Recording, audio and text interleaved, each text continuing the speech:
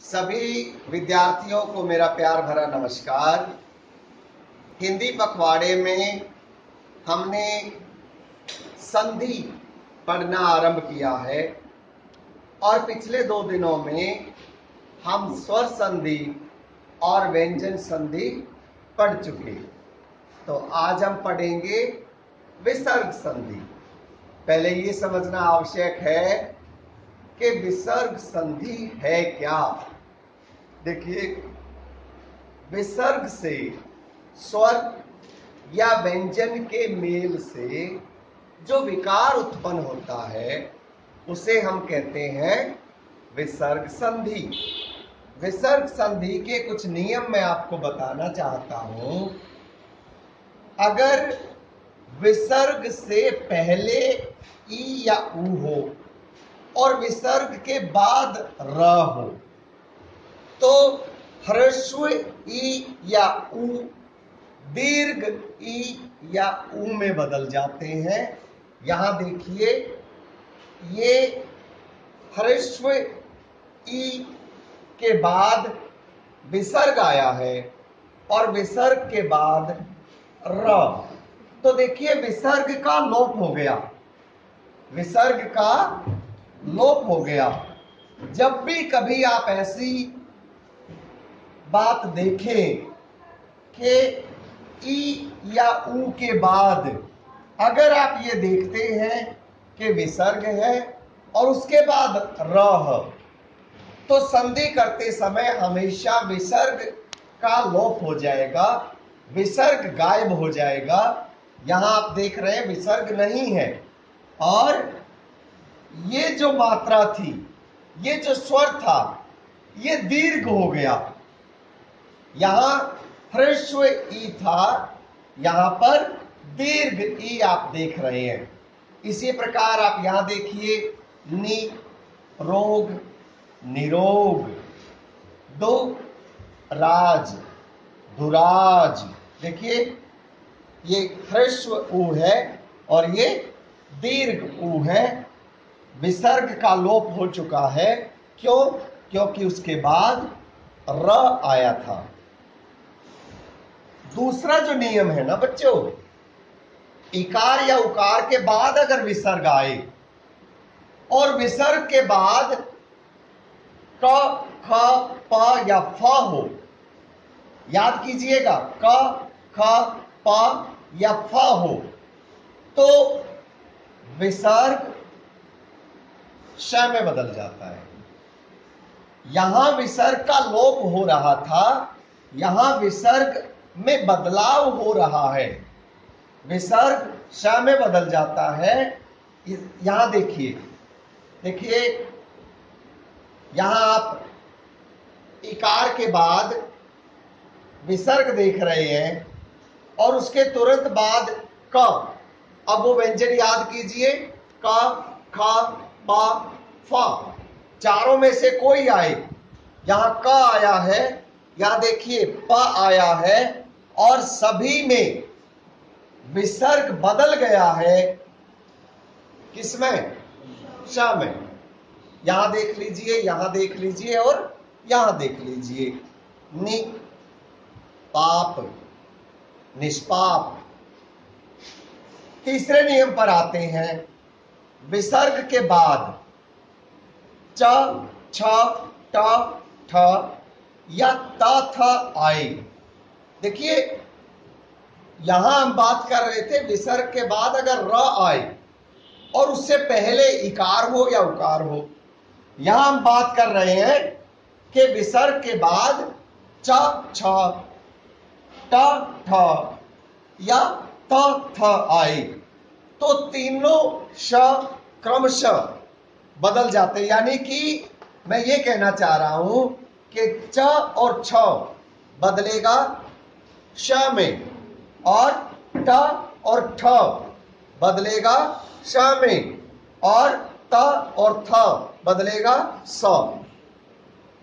और इस तरह से ये कुछ उदाहरण देख लीजिए। नि च निश्चय, ये वाला श क्यों बदला? क्योंकि यहां पर च है।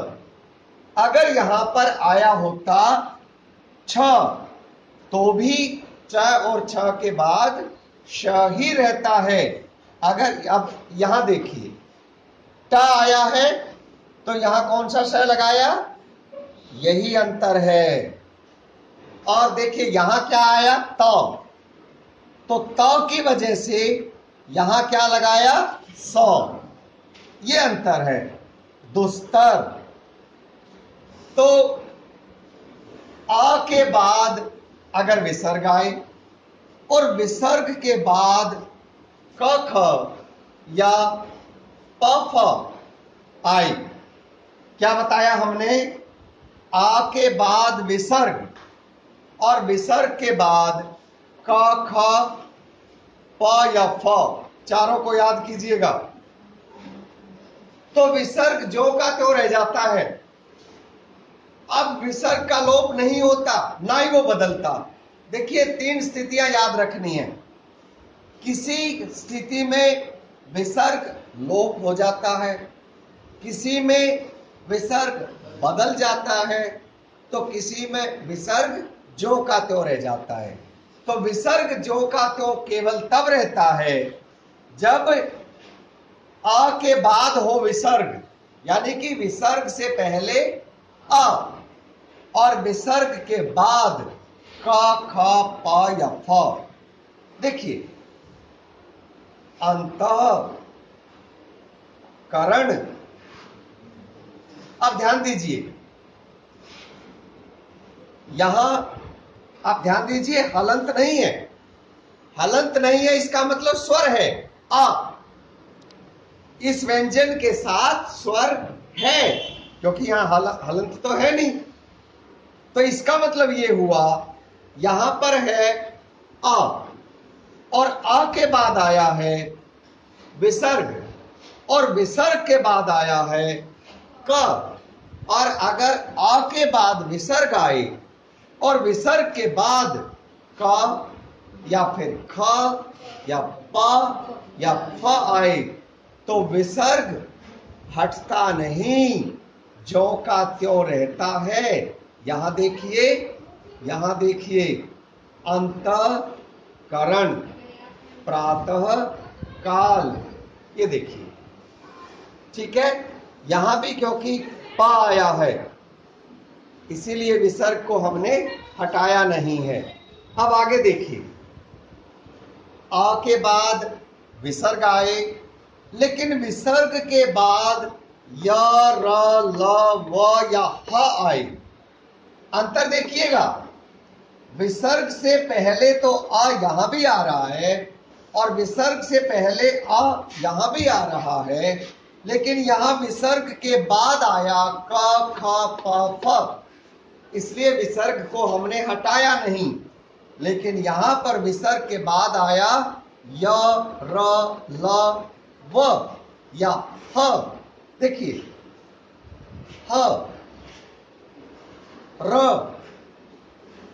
य, इसीलिए विसर्ग, अब ये यहां बहुत ध्यान देने वाली बात है। इस बिंदु को अक्सर बच्चे समझ नहीं पाते हैं। मैं जब ये बताता हूं कि विसर्ग ऊ में बदल जाता है तो वो ऊ को यहां ढूंढते हैं कि यहां तो ऊ है ही नहीं।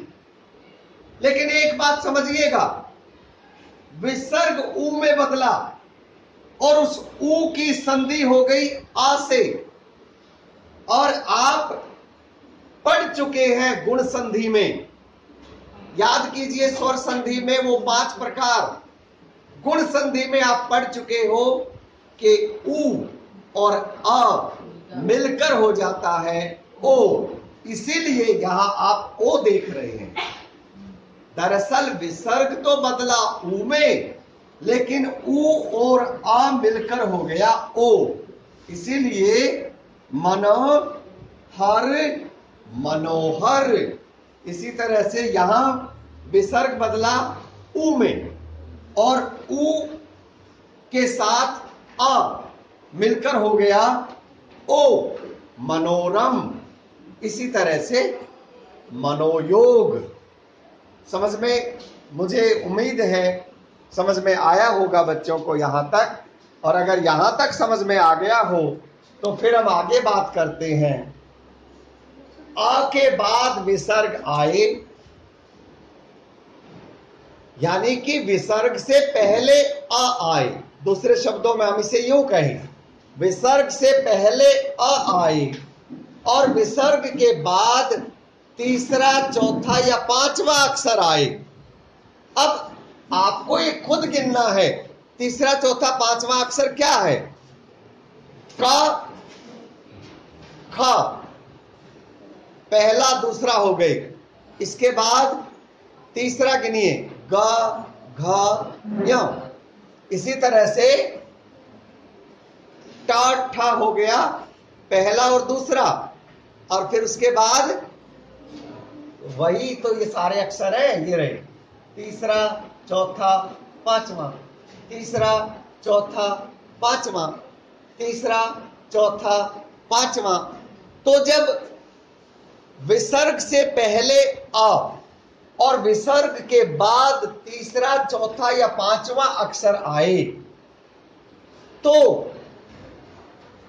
नियम 5 की ही तरह जो हमने अभी अभी पढ़ा था, अ और विसर्ग का ओ हो जाता है। यानी कि अब हम 2 नियम ऐसे पढ़ चुके जहां ओ बनेगा। पहली बात तो हमने यहां पढ़ा था कि जब या, रा, ला, व या ह आए उसके बाद तो भी ओ बन जाता है। ओ कैसे बनता है ये भी मैंने बता दिया, ऊ और आ मिलकर के ओ बनता है। और यहां भी मैंने बता दिया कि जब तीसरा, चौथा, पांचवा अक्षर आए तो उसके बाद भी नियम 5 की ही तरह से अ और ऊ मिलकर के ओ बना देते हैं। आप देखिए, सरोज, मनोगति, यशोदा। अब आइए नियम 7 पर। विसर्ग से पहले अ, आ को छोड़कर कोई दूसरा स्वर आए, इन 2 को छोड़ दीजिए, और विसर्ग के बाद कोई एक और स्वर हो तो विसर्ग र में बदल जाता है। क्या बताया हमने? विसर्ग से पहले आ 2 को छोड़कर बाकी कोई भी स्वर आ जाए और विसर्ग के बाद कोई भी स्वर हो तो फिर क्या होता है? विसर्ग बदल जाता है र में। देखिए, 2 आत्मा, यहां पे विसर्ग का लोप नहीं हुआ है। ये मत सोचिए कि विसर्ग गायब हो गया, ना जी ना, विसर्ग बदल गया। किसमें बदल गया? र में। दुरात्मा, ये र कहां से आया? विसर्ग में बदलाव हो गया, र आ गया। और आत्मा तो ये रहा, ये जो स्वर है वो तो ये रहा। इसी तरह से देखिए, नि, अर्थक, निरर्थक, ये र कहां से आया? हाँ, ये इसीलिए आया क्योंकि विसर्ग से पहले भी स्वर है, विसर्ग के बाद भी स्वर है, लेकिन विसर्ग से पहले 2 स्वर छोड़ देने हैं, अ और आ नहीं होना चाहिए। क्या आ है? ना। क्या आ है? नहीं। क्या है? हर्स्व ई है, इसीलिए बाद में बन गया निरर्थक, राम परिवर्तित हो गया। इसी तरह से यहां देख लीजिए। अच्छा, बाद में कोई भी स्वर आ सकता है, बाद वाला स्वर कोई भी हो सकता है, लेकिन पहले वाला स्वर केवल आ और आ को छोड़कर आएगा। और अंतिम नियम मैं बताना चाहता हूं, ज्यादा ध्यान से सुनिएगा, कि विसर्ग से पहले आ को छोड़कर, देखिए ये दोनों मिलते जुलते से हैं, आपको याद करने में आसानी होगी। विसर्ग से पहले आ को छोड़कर कोई दूसरा स्वर आए और विसर्ग के बाद या, र, ल, व, ह या किसी वर्ग का तीसरा, चौथा, पांचवा अक्षर आए। ये ठीक से पांचवें और छठे नियम से मिलते जुलते हैं फिर से, और सातवें से इस तरह से मिलता है कि पहले अ और आ नहीं होना चाहिए, और बाद में यहां तो था स्वर और यहां है या, रा, ला, वा, हा, या फिर किसी भी वर्ग का तीसरा, चौथा या पांचवा अगर अक्षर हो तो फिर क्या करते हैं, ध्यान दीजिएगा। हम देखिए, ध्यान दीजिएगा, बदलाव पे भी ध्यान दीजिएगा। यहां किसमें बदला था, रा में, और यहां यानी कि इसमें स्वर शामिल है, इसे आप पूरा लिखेंगे। इसमें हलंत है, इसे आप पूरा नहीं लिखेंगे। दोनों में अंतर देखिएगा। कई बार बच्चे इस छोटे से अंतर, ये बहुत बड़ा अंतर है, इसको नहीं समझ पाते। इन दोनों चीजों को एक ही समझ बैठते हैं। इसको, ये रा है लेकिन ये रा हलंत के साथ है, इसका मतलब इसमें स्वर शामिल नहीं है। इसमें तब बदलता है जब विसर्ग से पहले आ को छोड़कर कोई दूसरा स्वर हो, और उसके बाद या, रा, ला, वा, हा, या फिर तीसरा, चौथा या पांचवा अक्षर हो तब। अब देखिएगा अंतर आया। यहां आप रा तो नहीं लिख रहे ना पूरा, निर्गुण, निर्मल, जबकि यहां आपने क्या किया था, यहां आपने पूरा रा लिखा था। तो ये इस अंतर को समझिएगा। ये अंतर है नियम 7 और 8 में। इसके अंत में बाद में भी स्वर आया था, इसीलिए आपने पूरा र लिखा था। यहां पर बाद में स्वर नहीं है, बल्कि बाद में या, रा, ला, वा, हा, या फिर तीसरा, चौथा या पांचवा वर्ण है किसी भी वर्ग का। आपने इतना ध्यान से मेरी बात सुनी, मुझे बहुत अच्छा लगा। आप मेरे साथ जुड़े, बहुत अच्छा लगा। आप 2 बार इस वीडियो को देखिए, कम से कम 2 बार सारे नियमों को पढ़िए और फिर कुछ अभ्यास कीजिए। मैं आपको विश्वास दिलाता हूं कि आप संधि उम्र भर भूलेंगे नहीं अगर आप इतना करेंगे। धन्यवाद।